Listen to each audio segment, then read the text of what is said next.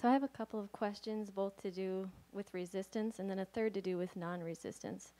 The first one, you and I spoke a little while ago this afternoon, and you mentioned that shyness can be a form of resistance, a movement of ego, which really intrigued me since I've always thought of myself as shy. Um, and so I got to thinking about it. This is my first retreat of yours. I don't know much about the teachings, but in terms of what I've learned so far, that I can see I am shy as a thought. I can see accompanying sensations that go along with that, and those taking me away from the ground of my being. And is that what constitutes resistance? Is just that movement of that being maybe an ego movement and me buying into that?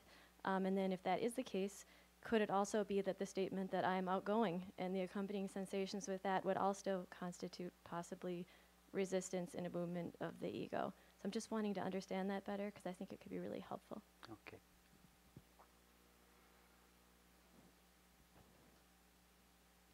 It's true that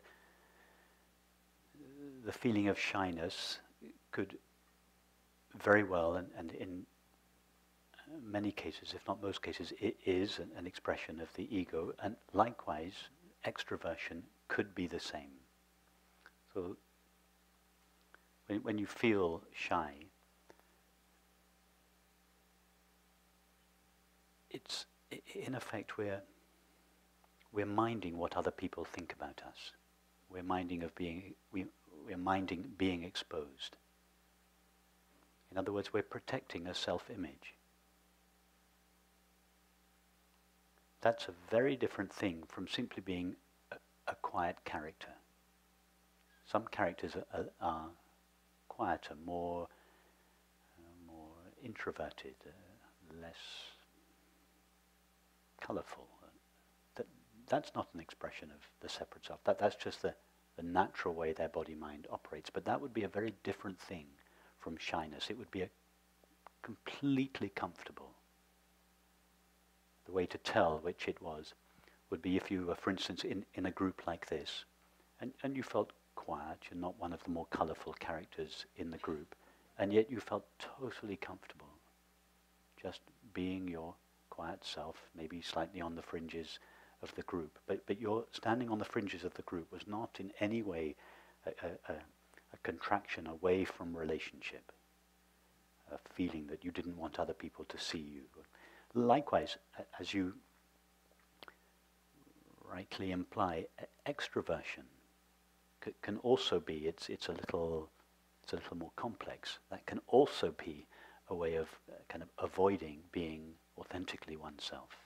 Because in being very extrovert, you may be presenting an image, you may be presenting a colourful, I'm okay, I'm all right kind of image. You may be wanting people to like you, wanting them to approve of you, etc., which you do in very colourful, extrovert ways. That would be similarly a movement of the ego. The ego trying to aggrandize itself. So in one form, the ego is trying to protect itself.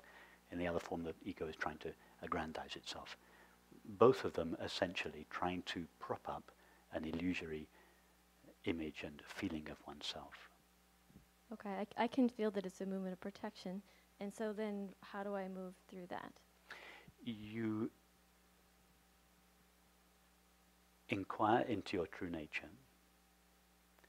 You go to what you essentially are, and you ask that one, do you need protection? Can you be diminished by somebody's disapproval? Can you be challenged by group dynamics? Can you be hurt by something that somebody says to you? But in order to answer those questions from your experience, as opposed to thinking about it or reasoning it out, you actually have to go to what you are.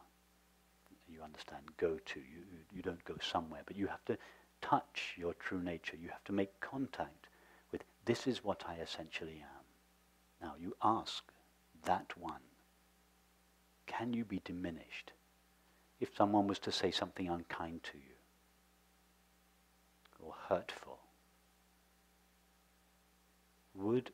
what you essentially are be diminished. The ego, what we believe we are, would be diminished by it, would be upset and hurt by it, and therefore needs to protect itself. But you, what you essentially are, can that one be hurt? Now, if you discover that what you are cannot be hurt or upset by a comment, cannot be diminished, then your shyness vanishes. In practice, your shyness gradually seeps away. It doesn't vanish overnight. But it's a great discovery you make that your sense of yourself is no longer invested in an image or a belief or a feeling. Your sense of yourself is invested where you really are, in what you really are, and you know that you can't be hurt by anyone. You feel completely comfortable. You may still be, if you're a quiet character, you may still be a quiet character, but it'll be a totally comfortable quietness. It won't be a resistance. And you may feel that actually you may find that you're quite a colourful character. You may find yourself getting more extroverted. And likewise, the extrovert, who was in fact only seeking to aggrandize the illusory sense of themselves through relationship, through all these extrovert means, may actually find that they are naturally a much quieter character when they discover that they no longer need to aggrandize themselves through relationship. In other words, your real character starts to shine. And some people, they become larger than life, colorful, flamboyant characters. And others may just be very quiet. But there'll be equal comfort in both cases. It's interesting answer because I feel like I've done a lot of external experiments with that where I've intentionally put myself into really awkward social situations to challenge myself, but I've not yet turned it around the way that you're inviting me to, Yes. so I will do that. You see, I don't feel that's really effective, and actually you're confirming that. You can, because you're trying to change the shyness. You're working on the object, you're working on the feeling, but the root of the feeling is not even being touched, is not being seen. You're just manipulating your experience, trying to change your shyness, trying to provoke your shyness by going into these situations. But the root of the shyness, which is the belief and feeling of being a separate self, remains intact. So even if you were successful, and it doesn't surprise me that you weren't, but even if you had somehow been able to modify your behavior, you would have just been modifying the shell, your persona. Underneath, in the privacy of your own heart, you would have still felt the same suffering, because the source of the shyness hadn't been truly explored and exposed. So don't worry about all the symptoms of separation.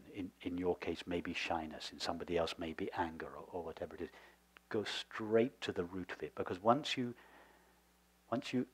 expose the root of the shyness, not only will you take care of your shyness, but you'll also take care of whatever other symptoms are present in your case. You'll take care of the whole lot.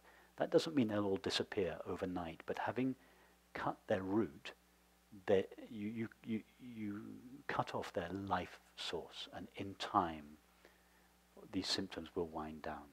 So the important thing, go to yourself. Go to this. What I am essentially is that which is aware, and explore that. Discover in your experience that that is what you are. Stand as that, and then see if that one can be hurt or moved or upset. It will give you such a quiet confidence, not a kind of brittle confidence that comes from a perfect persona, but a deep confidence that is able to, in relation to shyness, that is perfectly okay in a group of 100 people. If you're invited to, if you meet the Queen, you'll feel completely comfortable talking to her.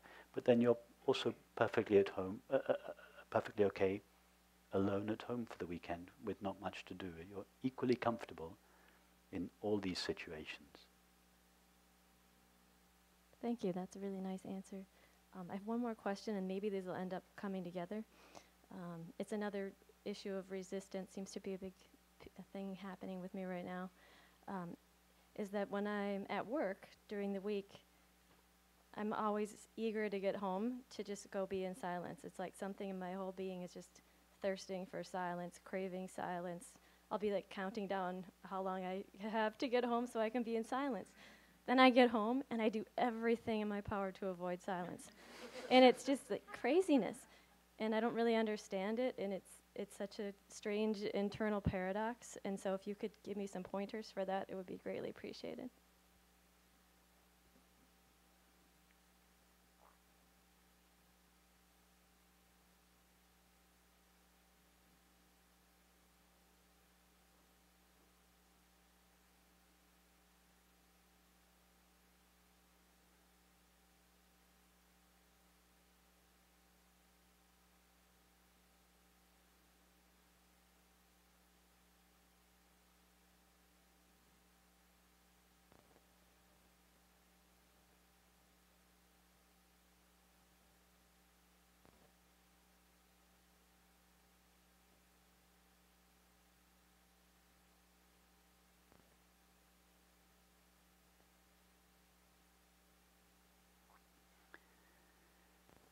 Both your desire to get home quickly from work, to get back to the silence, and the exposure of this resistance to silence are expressions of your love of truth.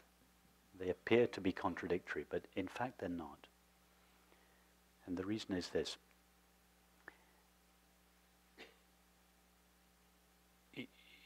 Your deep motive is this love of truth, which expresses itself in you as this love of silence, which during your day, when you're active at work, you long for the silence, and you're not in touch with your resistance to it, because your mind is engaged on what you're required to do at work. So all you feel is this longing for silence. Now, when you come home, your mind is no longer required to attend to your work. In other words, your mind is free.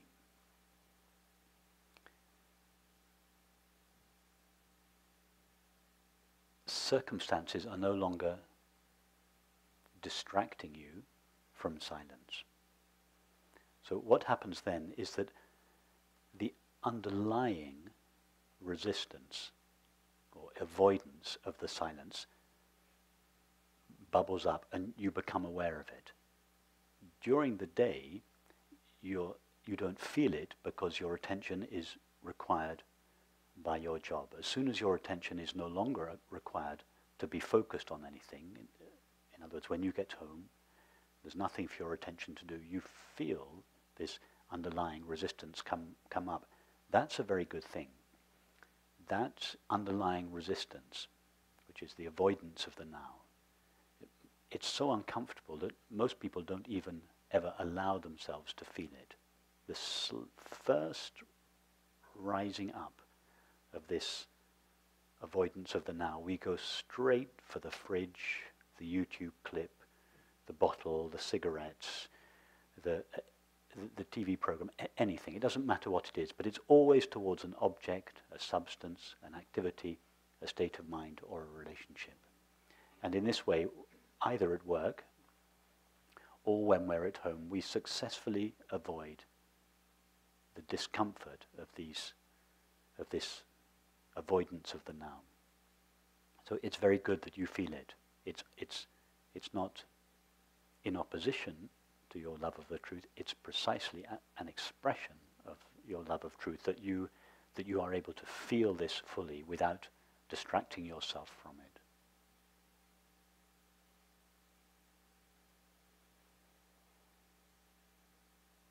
So that's the first thing.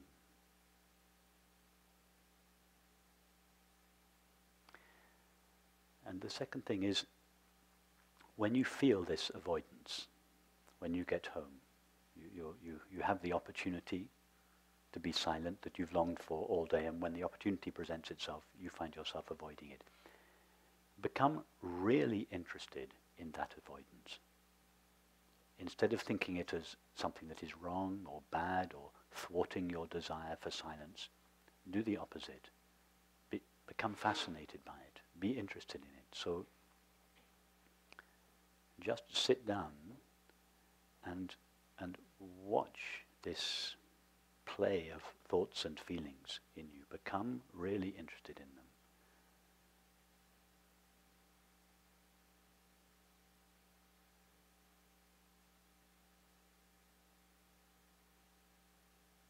Trace them backwards.